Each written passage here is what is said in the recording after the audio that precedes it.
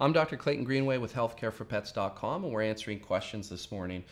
Here's one. It's very quick. It says, what is a normal thyroid level? The last check on my dog was 4.5.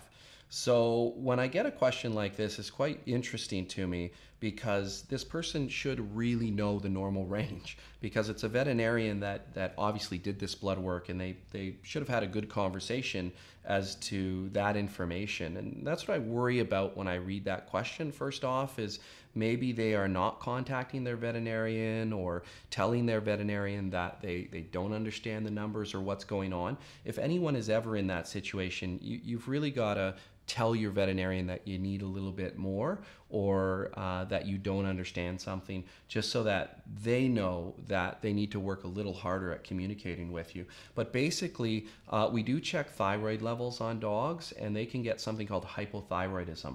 So the thyroid gland sits in the neck, it produces a hormone, and it controls our metabolism.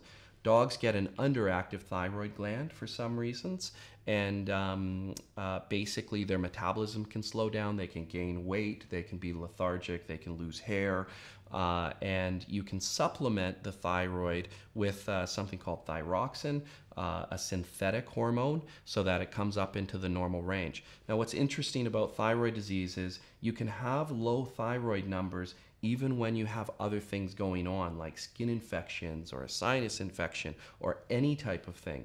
So sometimes I don't treat low thyroid levels right off the bat. They really have to show consistent clinical signs, like the lethargy, the weight gain, things like that. And if that's not going on, I'd really question whether I personally would treat it, but you're going to want to talk to your veterinarian about that. There is a condition known as euthyroid 6 syndrome.